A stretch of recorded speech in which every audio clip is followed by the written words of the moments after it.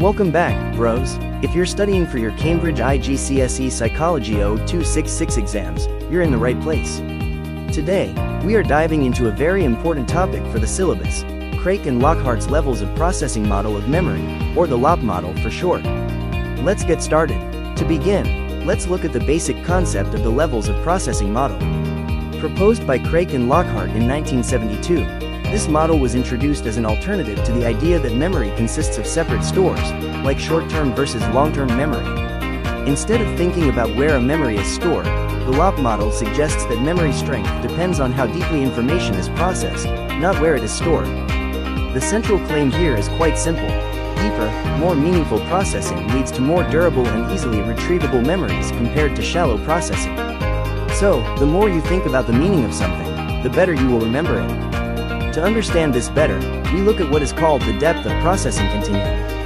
Let's break down the three distinct levels on this continuum. First, we have structural processing, which sits at the shallow end. This level focuses on the physical appearance of the stimulus. For example, a task might ask you to notice whether words are in capitals or what letters they contain. At this level, very minimal meaning is extracted, producing weak memory traces. Because of this, information processed structurally is the least likely to be remembered later. Next, moving a bit deeper, we have phonemic processing, which is the intermediate level. This involves attention to sound or pronunciation. An example task here would be judging if a word rhymes with another word or sounds a certain way. This is deeper than structural processing but is still primarily surface level. It produces better recall than structural processing but is weaker than semantic processing. Finally, at the deepest end of the continuum, we have semantic processing. This involves focusing on the meaning of the word or stimulus.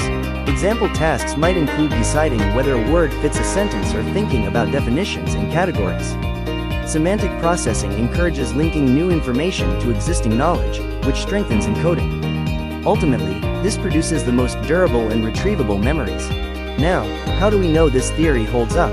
We look at the research evidence, specifically the famous study by Craik and Tulving in 1975. Let's start with the aim of the study.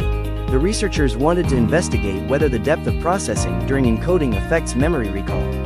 Specifically, they wanted to test the prediction of the levels of processing model that semantic processing leads to better memory than phonemic or structural processing. For their participants, the study used 24 university students. The sample included both male and female participants.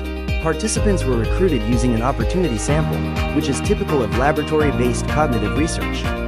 Now for the procedure. Participants were presented with 60 common 5-letter words, such as child, jewel, or flame. Each word was paired with a question designed to induce one of three processing levels. For structural processing, which focused on physical features, the example question was, is the word written in capital letters?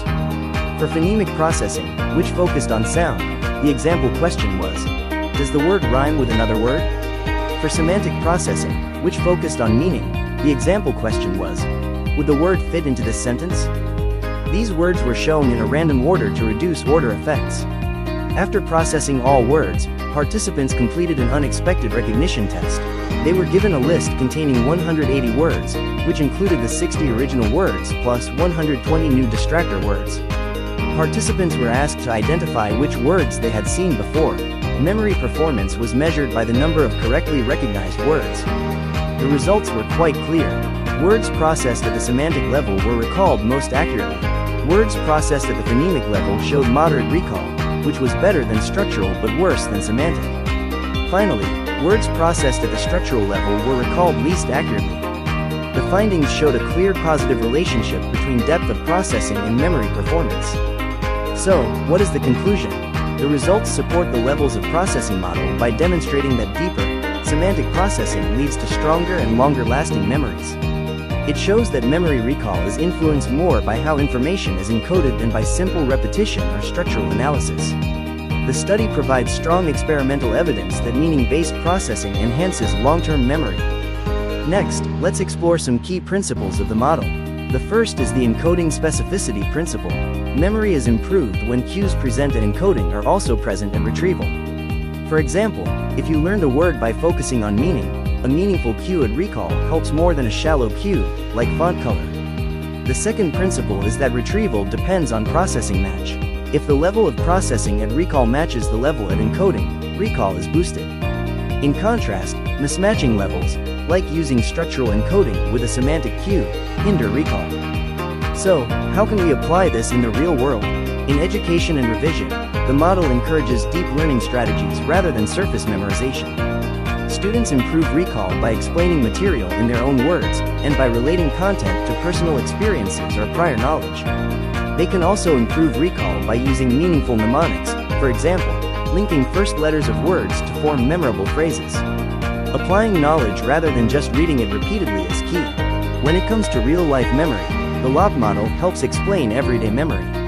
People remember meaningful information better, like facts about a hobby, than arbitrary details, like a font color. It also guides effective study techniques like elaborative rehearsal, which involves connecting new info to what you already know. Let's evaluate the model, starting with its strengths. First, it moves away from simple store-based theories to focus on processes involved in memory. Second, it is supported by strong experimental evidence showing that depth of processing affects recall. Third, it provides a practical explanation of why meaningful learning enhances memory performance. However, there are criticisms and limitations to consider. First, there is a vague definition of depth. It is sometimes unclear exactly what constitutes deeper versus shallower processing. Second, it does not explain why deeper processing produces better recall at a mechanistic level. Third, it overlooks other important memory components such as capacity limits and separate memory systems, like working memory and episodic memory. Finally, we must contrast it with Atkinson and Schifrin's multi-store model. That model explains memory structures, like the sensory store, short-term, and long-term memory, while the LoP model focuses strictly on the quality of processing rather than memory architecture. And that wraps up our tutorial on Craik and Lockhart's levels of processing model. Remember to process this information deeply, connect it to your existing knowledge, and you'll have no trouble retrieving it for your exams. Drop a comment if you're struggling with a specific concept, and I'll jump in to help you out. Smash that like button if this helped, and subscribe to join the squad. Thanks for watching, and see you next time.